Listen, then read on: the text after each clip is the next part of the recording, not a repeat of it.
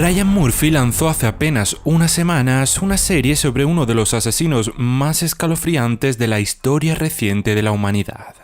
Una serie muy bien lograda y que ha recibido muy buenas críticas, en la que el director ha conseguido reflejar a la perfección cómo fue la vida de Jeffrey Dahmer y cómo mató a 17 jóvenes.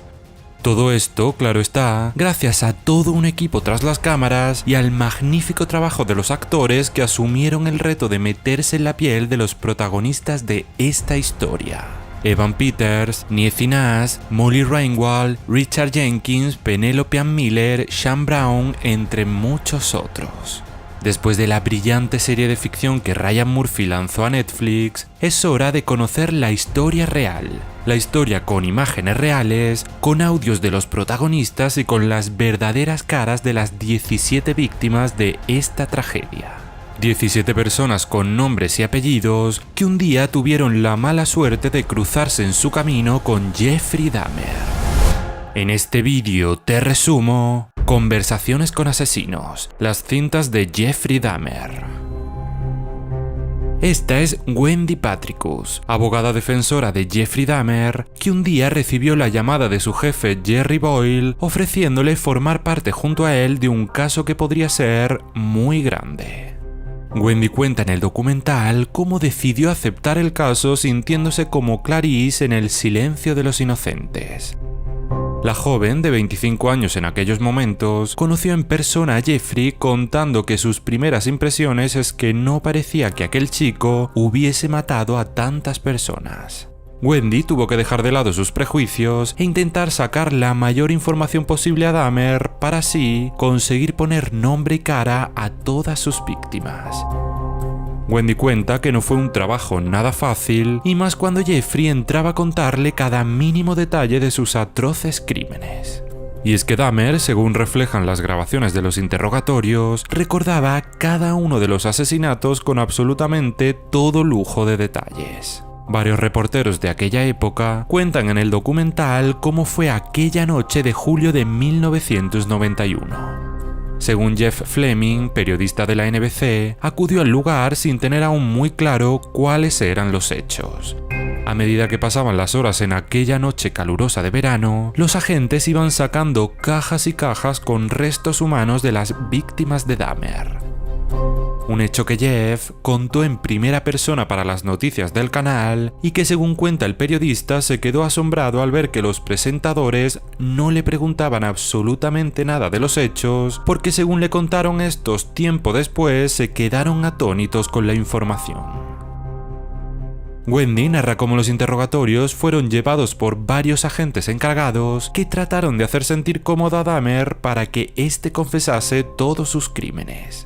Algo que no hizo falta porque, según la propia abogada, Jeffrey estaba totalmente dispuesto a colaborar.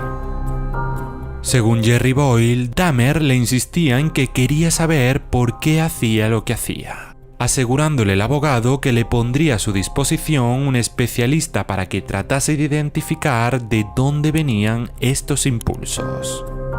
Wendy Patricus grabó alrededor de 32 horas de conversaciones con Dahmer para preparar su defensa. Entre julio y octubre de 1991, Dahmer fue contándole a la mujer cómo empezó toda esta locura en su cabeza y qué le motivaba a seguir haciéndolo. Contándole que todo comenzó cuando se cruzó con un autoestopista con el que pretendía llevar a cabo todas las fantasías que había tenido durante años. Jeffrey, sin embargo, excusa en todo momento a sus padres, contándole a Wendy que nadie de su familia es culpable de sus actos. Jeffrey tuvo una infancia, según relata él, completamente normal, fuera de que sus padres estaban continuamente peleándose.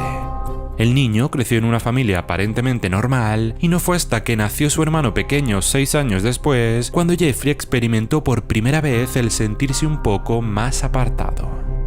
Jeffrey además relata cuando se empezó a dar cuenta de su orientación sexual, contándole a Wendy que su primer contacto físico lo tuvo con un chico previo a la adolescencia con el que se besó.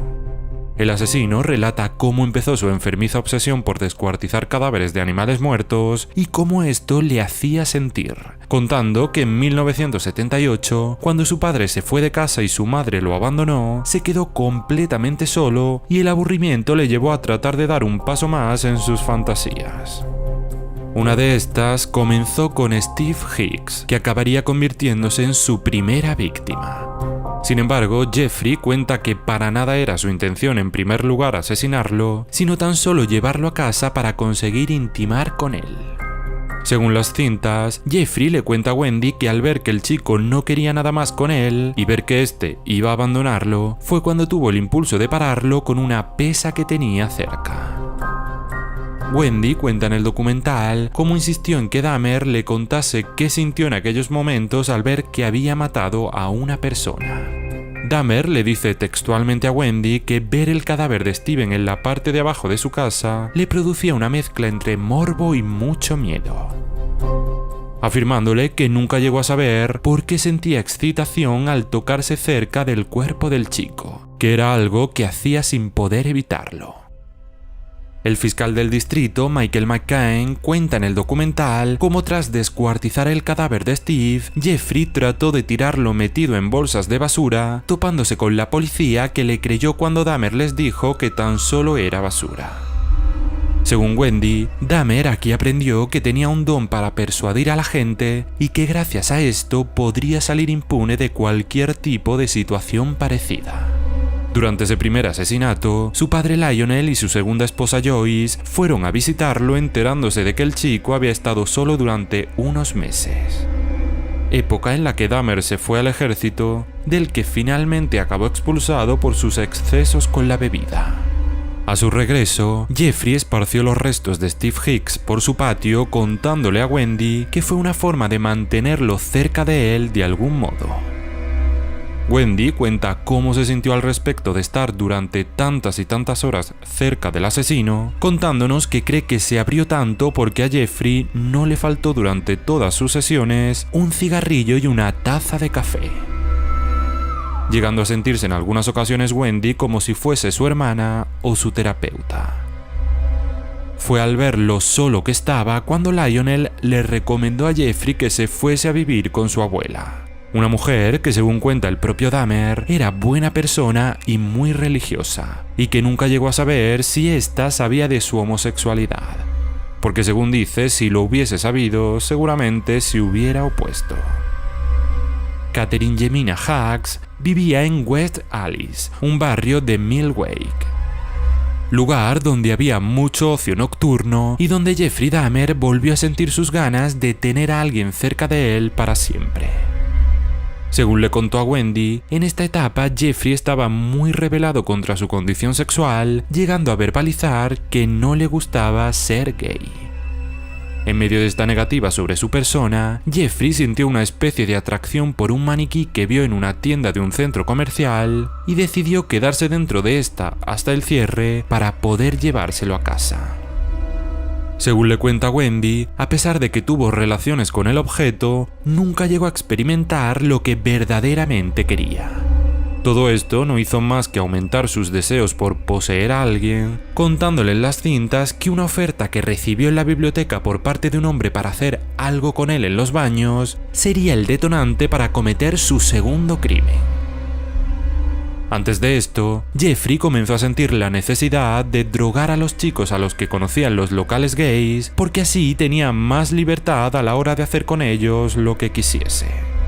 Michael Ross era amigo de una de las víctimas de Dahmer y cliente habitual de la noche gay, contando a cámara cómo fue testigo de cómo Dahmer se iba a pasar la noche con algunos de sus conocidos, porque según cuenta, la noche gay en Millwake es muy exclusiva y al final todos se conocen. Durante los años 80, se puso de moda entre la comunidad gay el ir a unas saunas donde poder dar rienda suelta a sus deseos, ya que durante esos años los homosexuales sentían la necesidad de ocultar su condición por miedo a ser juzgados. En esta sauna, Jeffrey drogó a muchos jóvenes hasta que finalmente fue pillado prohibiéndosele la entrada para siempre. Jeffrey le cuenta a Wendy que durante esa etapa conoció a un chico en la noche y como no se sentía seguro de llevarlo a casa de su abuela, alquilaron una habitación en el Hotel Ambassador. La noche del 21 de noviembre de 1987, Dahmer cometió su segundo crimen casi sin saber cómo, ya que tras una noche de mucho alcohol, se despertó con el cuerpo de Steven Tuomi totalmente destrozado en su cama. Jeffrey relata cómo asustado fue a comprar una maleta grande para tratar de sacar el cuerpo del chico del hotel sin que nadie lo viese, y cómo lo llevó a casa de su abuela y se deshizo de él. Steven Tuomi se mudó a Milwaukee, comenzó a trabajar en un local de comida rápida y fue visto por última vez por sus amigos y familiares en otoño de 1987. Según Dahmer, aquella noche se desencadenó algo en él que no sabe explicar, pero que sería el detonante de las próximas muertes. Bueno, paro el resumen unos segundos para contarte que también puedes ver un montón de resúmenes de películas en el otro canal de Te Resumo. Porque sí, ahora mismo estás en el canal Te Resumo Series, pero si te vas a Te Resumo Películas, encontrarás un montón de cine con resúmenes de las últimas películas de estreno y también de las películas más importantes de las últimas décadas. Así que ya sabes, pausa este vídeo unos segundos y ve corriendo al canal de películas a dejar por allí tu suscripción, activando por supuesto la campanita, no te olvides, para que YouTube te avise cada vez que suba nuevo vídeo. Y bueno, sin más, seguimos con lo que estábamos. Como Dahmer no encontraba explicación a su maldad de la religión, optó por pensar que quizás su destino era llevar a cabo el trabajo del diablo. Es por esta razón que Dahmer comenzó a consumir películas tipo El Exorcista y a sentirse como el emperador de Star Wars, motivo por el que empezó a utilizar lentillas amarillas cada vez que salía dispuesto a cazar a algún joven que le atrayese. Dahmer siguió cometiendo crímenes en casa de su abuela sin que ésta lógicamente se enterase. Aquí asesinó a una de sus víctimas más jóvenes que estaba en una parada de autobús, James Dockstader, un chico al que pagó para tener relaciones y al que acabó drogando y asesinando en casa de su abuela. Un amigo de la infancia de Dahmer trata de contar cómo el chico desde muy joven tenía una fijación casi enfermiza por los órganos interiores de los animales muertos que encontraban, contando que Jeffrey coleccionaba los huesos de estos como una especie de trofeo, algo que continuaría haciendo con sus víctimas años más tarde. Durante la etapa en casa de su abuela, Jeffrey cometió un abuso a un joven euroasiático al que totalmente drogado dejó ir, y esto hizo que fuese condenado por agresión sexual. Fue en esta época en la que Gary Boyle conoció a Dahmer y por lo que años después el hombre asumió su defensa. Casualmente, y para sorpresa incluso del propio Jeffrey, como le cuenta Wendy, el chico del que abusó y que le denunció era hermano de un chico al que Dahmer asesinaría años más tarde, cuando Dahmer se mudó a los apartamentos Oxford. Antes de esto, Dahmer mató también a Richard Guerrero y a Tony Sears, un chico que según su amigo de aquella época era totalmente alegre y fiestero y tuvo la mala suerte de cruzarse con Dahmer siendo el mismo testigo. El hombre explica que durante esa época fue señalado por la policía al ser el último que vio a Tony con vida, y que para siempre le ha acompañado y le acompañará la sensación de que pudo hacer algo más para salvar a su amigo. Según Dahmer, Tony le atrajo desde el principio y su fijación con su aspecto le llevó a cortarle la cabeza y a utilizarla para satisfacer sus deseos, contándole a Wendy que la escondió en una taquilla de la fábrica de chocolate donde Dahmer trabajó durante esos años. Tiempo después, Jeffrey dejó la casa de su abuela, instalándose en unos apartamentos cuyos vecinos aún no sabían lo que se les venía al apartamento de al lado. Jeffrey dice en una de las cintas que mudarse a este apartamento por fin le dio la privacidad que buscaba para llevarse a alguien y poder drogarlo y estrangularlo. Un apartamento en el que tiempo después tras su detención, la propia Wendy fue contando a cámara que fue uno de los lugares más oscuros, fríos y horribles que haya visitado jamás, diciendo además que sintió náuseas por los olores y que muchos de los agentes encargados del caso, todos hombres, se rieron de ella por sus vómitos. Y es que en este apartamento, Jeffrey cometería la mayoría de sus crímenes, dejando un olor en el pasillo que durante años horrorizó a sus vecinos. Entre estos vecinos estaba Glenda y sus hijas, y también este hombre llamado Bernell Bass, que cuenta cómo fue su primera impresión al ver a Dahmer. Bernell relata que no vio nada extraño en él y que incluso trató de emparejarlo con una chica del edificio a la que le gustaba Jeffrey. Dahmer le dijo que no estaba interesado y siguió a lo suyo. Aquí aprendió a utilizar la excusa de fotografiar a hombres guapos para llevarlos así hasta su casa. Es así como realizó, según el propio asesino, las primeras fotos a un cadáver. Fue al de Raymond Smith, aunque Dahmer reconoce que ni se acuerda de su nombre. En este apartamento, Dahmer sintió la necesidad de dar un paso más y probar con sus víctimas una especie de lobotomía para, según él, intentar convertirlos en zombies que hiciesen lo que él quisiese y que, por supuesto, nunca se fuesen de su lado. También fue durante estos años que Dahmer, al ver lo complicado que era desmembrar cuerpos con vecinos al lado, compró un barril de tamaño industrial para deshacer los cuerpos en ácido. Según relata Wendy en las cintas, la euforia por conocer chicos y llevarlos a su piso iba tan en aumento que incluso llegó a ducharse con cadáveres de los que aún no se había deshecho. Probablemente uno de esos cuerpos fue el de Edward Smith. Y es que durante esos años era raro el mes que no desaparecía algún chico gay latino de la zona. Según relata Michael Ross, a él jamás ningún policía trató de acercársele para preguntarle por estas desapariciones, que según dice el hombre, todos sus conocidos del mundo de la noche pensaban que eran voluntarias. Ernest Miller desapareció también en estos meses sin que aún nadie supiese que había caído en las garras de Dahmer. Era septiembre de 1990. Y una época en la que la comunidad gay estaba estigmatizada aún por todo el tema del SIDA. Por lo que, según relata Michael, no era de extrañar que la policía no hiciese nada en este tipo de desapariciones, que además coincidía con que eran de gente negra.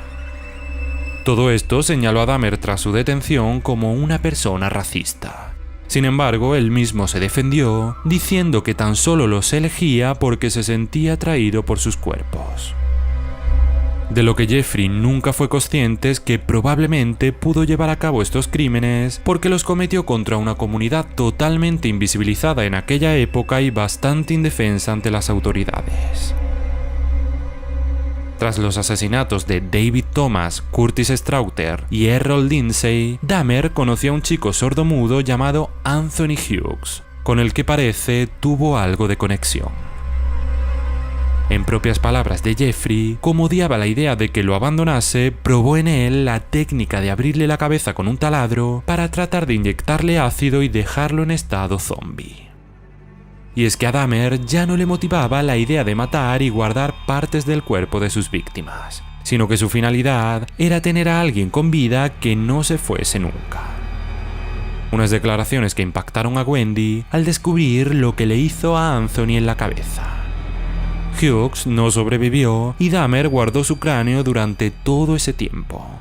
Una práctica que se hizo habitual, ya que durante el registro policial en su apartamento encontraron restos de prácticamente todas sus víctimas. Contándole a Wendy que incluso fantaseó con la idea de crear un altar en el que depositar los cráneos de los jóvenes para así tenerlos cerca. Como ya no era capaz de deshacerse de tanta carne humana, Jeffrey decidió comprar un congelador de 140 litros de capacidad para así continuar con sus prácticas. Unas prácticas que su vecina Glenda ya se olía, y más cuando sus hijas y ella se toparon con un joven inconsciente que se escapó de la casa de Dahmer. Cuando Jeffrey volvió a casa tras comprar cervezas, la policía determinó que tan solo era una pareja homosexual. Algo que tiempo después, visto con perspectiva, hizo que se perdiese la vida de Conerak, un joven al que Dahmer propuso hacer fotos y con el que también probó la técnica de la lobotomía. Sorprendentemente para Wendy, según Jeffrey le perforó el cráneo antes de que Glenda y sus hijas se lo encontrasen drogado en la calle. Inexplicablemente, el agujero no fue visto por la policía ya que este no sangraba. Conerak siguió inconsciente y al regresar a casa de Dahmer, custodiado por los policías, fue incapaz de soportar el ácido que Jeffrey le introdujo hasta el cerebro. Conerak pertenecía a la familia asiática que denunció a Dahmer por abusar de su otro hijo, y esto provocó un revuelo en la sociedad cuando se enteraron de que el chico falleció sin que los agentes hiciesen nada por él.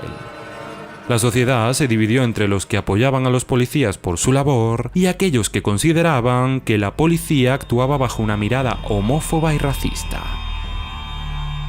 John Balzerzak y Joseph Gabris fueron destituidos durante un tiempo tras unas conversaciones que salieron a la luz en la que se burlaban tras la situación que vivieron aquella noche.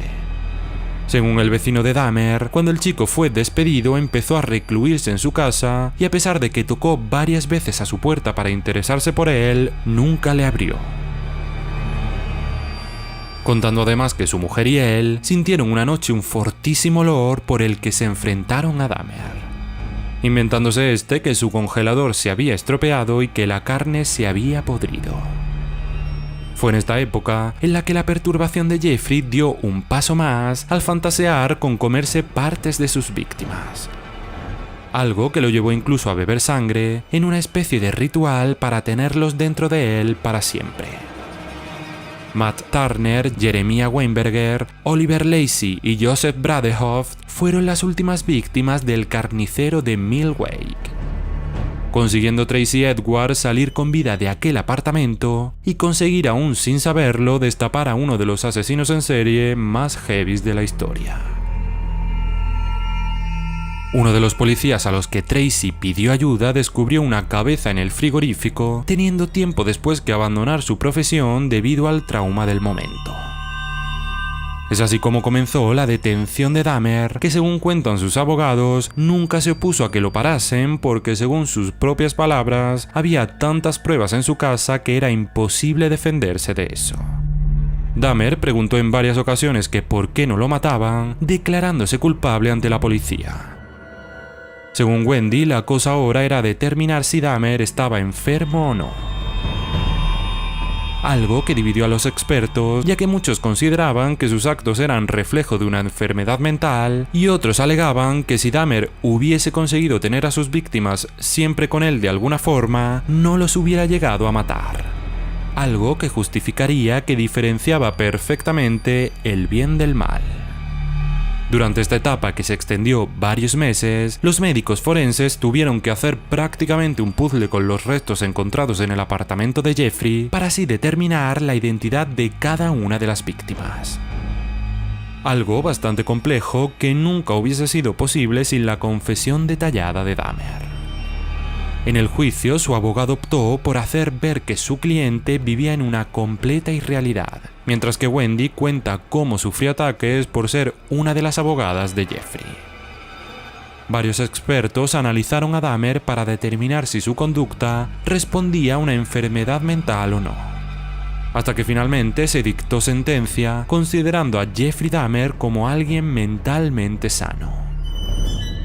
El asesino se mantuvo impasible ante las declaraciones de los muchos familiares de sus víctimas, sorprendiendo incluso a sus abogados al no inmutarse cuando la hermana de Errol Lindsay perdió los papeles y se enfrentó a él. Dahmer dio un discurso minutos antes de que se dictase sentencia, pidiendo perdón a los familiares, asegurando que quería a sus padres y a la esposa de su padre, y asumiendo que tenía que pagar por lo que había hecho. Jeffrey fue condenado a una cadena perpetua por cada una de sus víctimas, aliviando a los familiares que lo celebraban desde sus asientos. Jeffrey fue encarcelado y separado del resto de presos, contando Wendy que un día, totalmente agobiado de no hablar con nadie, Dahmer le comunicó que iba a pedir que lo juntasen con el resto de sus compañeros. Wendy sabía que esto provocaría la muerte de Jeffrey, ya que aún la sociedad estaba muy indignada con todo lo que había ocurrido. Dahmer pidió que un cura le bautizase y el propio hombre explica cómo fue a acercarse y bautizar a uno de los asesinos más despiadados. contando que las teorías del momento hablaban de que no era casualidad que justo el día de su bautizo hubiese un eclipse solar y John Wayne Gacy, otro asesino serial, fuese ejecutado.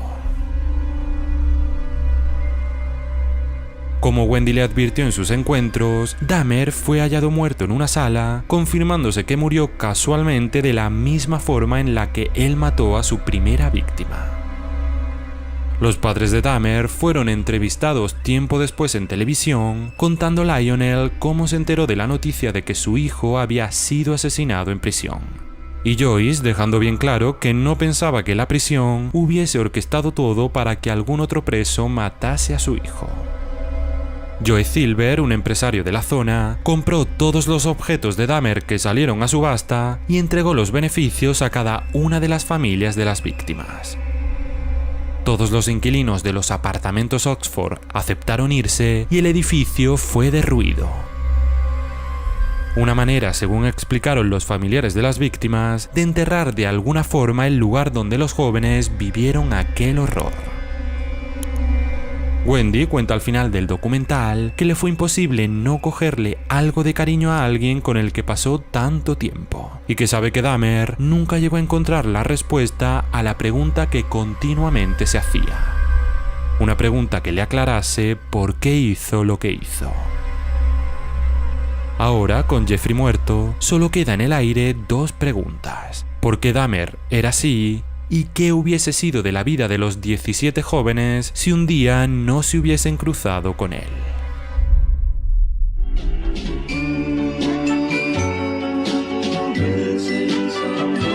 Missing someone.